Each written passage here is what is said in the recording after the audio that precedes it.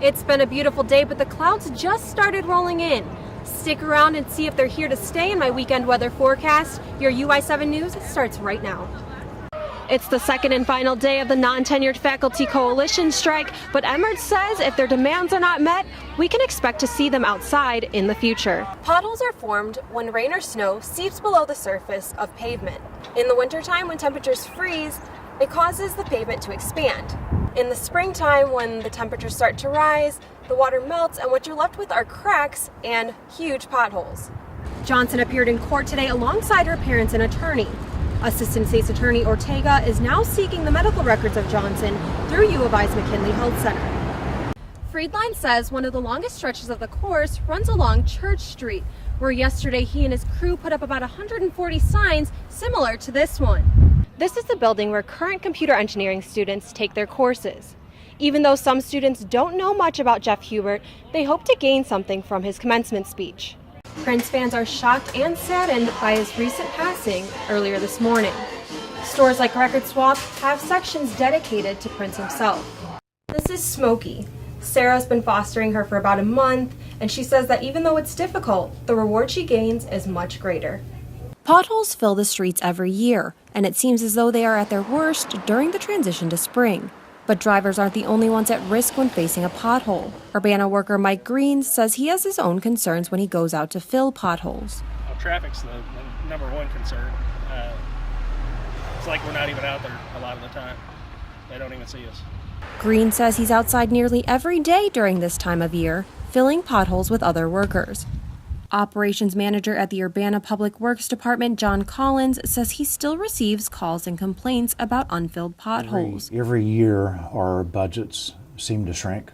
We don't have near as much money for the engineering department to spend to rebuild pavements or resurface them. Though he has yet to complain, Urbana resident Jeff Yockey says potholes affect where he rides his bicycle. But oftentimes the right-hand travel lane is pretty busted up. That's where the cracks start on the side of the road. That's where a lot of the potholes are. And so that often forces us as bicycle riders more into the center of the lane. Collins says despite the constant work of people like Green, nature keeps bringing potholes back. Potholes are formed when rain or snow seeps below the surface of pavement. In the wintertime, when temperatures freeze, it causes the pavement to expand. In the springtime, when the temperatures start to rise, the water melts and what you're left with are cracks and huge potholes. Green says the work he does doesn't seem like it gets enough credit. Unfortunately, we can't get them all, so I think sometimes people don't realize how many we actually do get. Whether driving over or working with potholes, Collins says it is best to be aware of the area and exercise caution.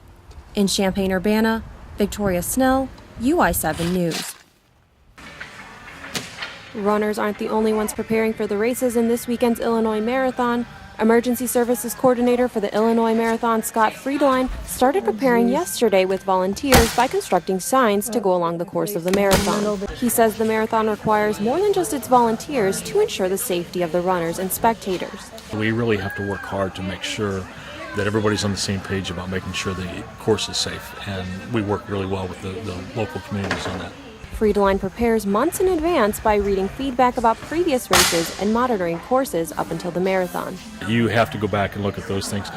We inspect the course routinely. We work with the public works people to make sure potholes are filled, that kind of stuff, and then we move forward with that. So that's our big goals, is to make sure we try to do as much as we can to make it safe. Another part of what goes along with keeping runners safe is placing signs along busy streets in order to prevent traffic.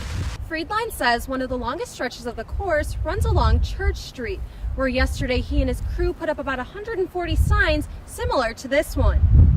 Half marathon participant Dylan Hendricks says the outcome of last year's marathon didn't change his mind about safety. Last year, I know that, it was after I finished, but the marathon got cut short last year due to lightning, and with the rain last year I was kind of concerned about that, but normally I have no concerns over race safety. Friedline says because of last year's weather, he has developed a 3-segment plan, warning volunteers 30 minutes before anticipated inclement weather. He says this will allow runners and spectators enough time to get to shelter in case of an emergency. Friedline says despite the possibility of rain for this weekend's races, he doesn't expect the need to cancel events. In Champaign, Victoria Snell, UI7 News. CatSnap is an organization that seeks to lower pet overpopulation and improve the health of animals in the Champaign area. Many adults volunteer at CatSnap, but 15-year-old Sarah Windelborn proves that people of any age can make a big difference. I think just to give the cats the best future they can have, because a lot of them have had tough lives, and I think that people can hurt or help them, and I want to be somebody who can help them. Windelborn began working with CatSnap in November, not long after her mother and little sister Emily. She says she volunteers by socializing feral cats, along with drawing blood, giving fluids, grooming, and transferring cats. Fellow CatSnap volunteer Mercy Johnson even has her own name for Windelborn.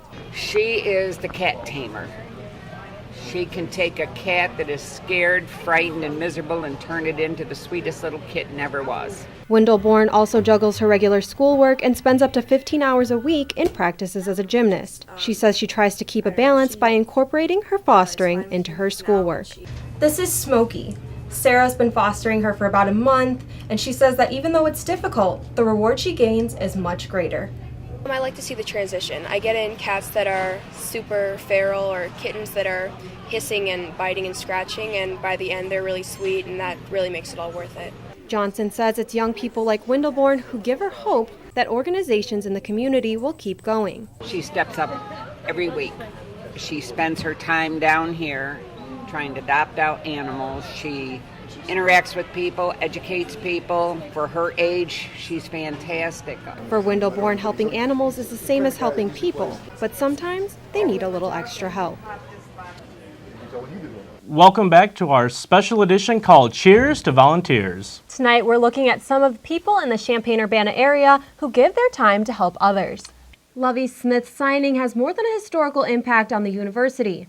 UI7's Tonight Gebergetigus reports on how Smith can affect local businesses. Down in Georgia, there is light precipitation, but really where all of it is going to be over in the Rockies. They're going to get some snow.